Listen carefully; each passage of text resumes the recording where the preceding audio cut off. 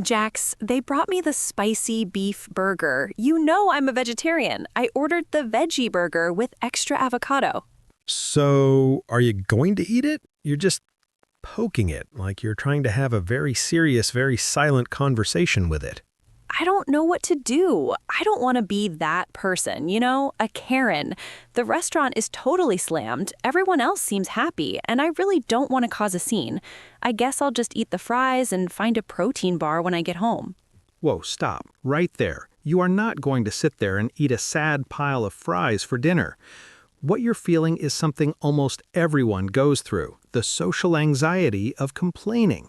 It's that little voice in your head screaming, "Don't make a fuss, don't be a bother, just accept it." That's exactly it. That voice is so loud right now. Well, I'm going to let you in on a secret from inside the industry. Restaurants want you to speak up. They want me to complain? That seems counterintuitive. Think about it from their perspective. The data is genuinely terrifying for restaurant owners. Some studies show that a huge majority of unhappy customers, sometimes as high as 91%, will never return after a bad experience. Wow, and worse, they don't even tell the restaurant what went wrong. I was about to be one of them. Exactly, and they don't just disappear. The old rule of thumb was that they'd tell about 15 friends. In today's world, a single angry tweet or a bad online review can reach hundreds or even thousands. That's a silent killer for any business. Okay, that's a nightmare. So what's the upside of me saying something? This is the magic part. Resolving a complaint effectively can convince up to 70% of those unhappy customers to come back. Handling a complaint well isn't just damage control. It's one of the most powerful tools a restaurant has to build a fiercely loyal customer. Today, we're going to arm you with 5 secret phrases that restaurant staff are literally trained to prioritize. Secret phrases? Are they magic words? Not magic, but they are psychologically crafted to be polite, firm, and incredibly effective. They turn an awkward problem into a quick, collaborative solution. Let's get into it. Okay, Zora, the first step is all about flagging the issue without putting anyone on the defensive. You need to signal that something's off, but in a way that feels like you're on the same team. That's why your first phrase is, "Excuse me, I think there's been a small mix-up." I think, but I know it's the wrong burger. Doesn't that sound weak, like I'm apologizing for their mistake? It might feel that way, but it's what's called a social lubricant. It's a classic communication trick. If you start with an accusation like, "You brought me the wrong food," the server's brain might just go into defense mode. But when you say, "I think there's been a mix-up," you frame it as a simple, honest mistake anyone could have made. So I'm creating a team, me and the server against the problem, not me against the server. Precisely. It's non-confrontational and immediately shows you're a reasonable person. Now follow it up immediately with a clear solution. This brings us to phrase number 2. I actually ordered the correct dish. Be specific and concise. Don't just say this is wrong. Tell them what you did want. Let's role play. Excuse me, I think there's been a small mix-up. I actually ordered the veggie burger with avocado.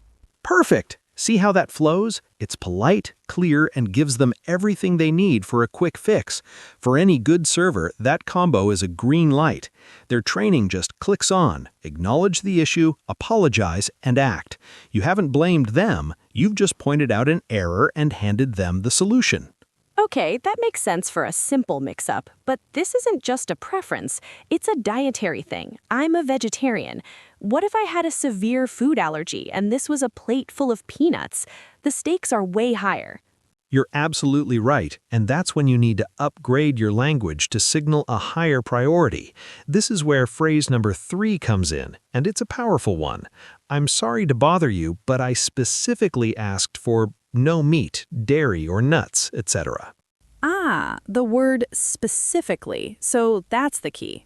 That's the one. In restaurant lingo, specifically is a code word. It transforms your request from a preference to a necessity. I don't like onions is a preference. I specifically asked for no onions because I have an allergy is a critical instruction that was missed. So it tells them this isn't just me being picky, it triggers a different response. Totally. Kitchens have strict protocols for allergies and dietary restrictions. When a server hears you specifically asked for something, it's no longer just about fixing an order, it's about guest safety. And starting with, "I'm sorry to bother you," still signals that you're not trying to be difficult, but that the issue itself is non-negotiable. Okay, let me try that one for my burger. Nodding, more confident. I'm sorry to bother you, but I specifically asked for the veggie burger because I'm a vegetarian. Nailed it. That sentence instantly communicates three things. You're polite, the issue is serious, and it needs immediate attention. In a well-run restaurant, a phrase like that won't just get your meal remade on the spot. It will likely prompt a visit from the manager to personally apologize. Okay, he took the beef burger back and was super apologetic.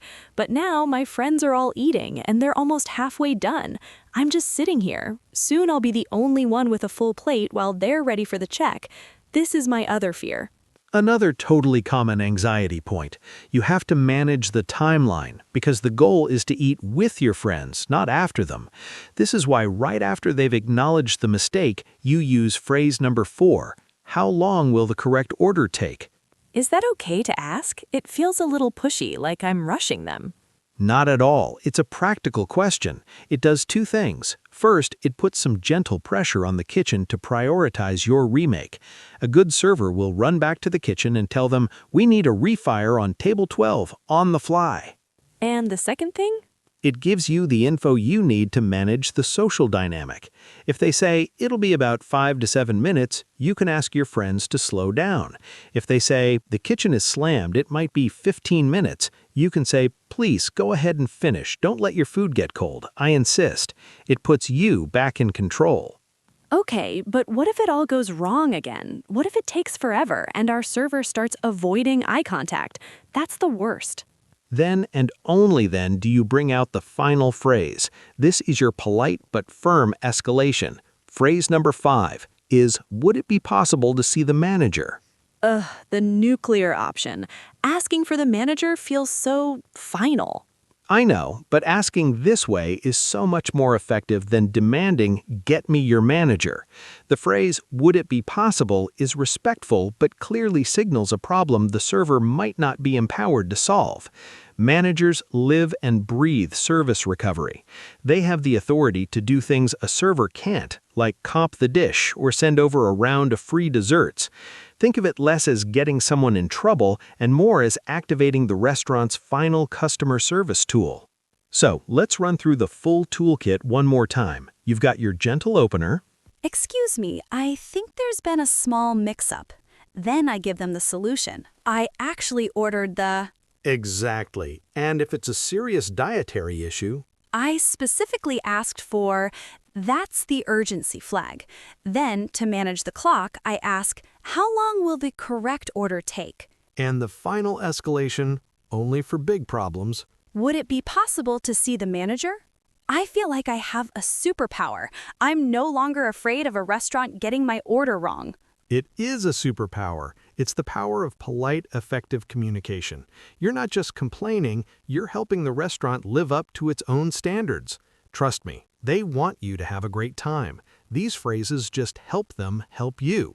So everybody wins. I get the meal I actually wanted, and they get a chance to prove they care. Exactly. Now you can save your meal with grace and confidence. If you found this helpful, do us a favor and hit that like button and subscribe for more insider tips. And head to the comments. Let us know if you've ever had to send food back and how it went. We want to hear your stories. Now, if you'll excuse me, I think Zora has a delicious veggie burger to enjoy.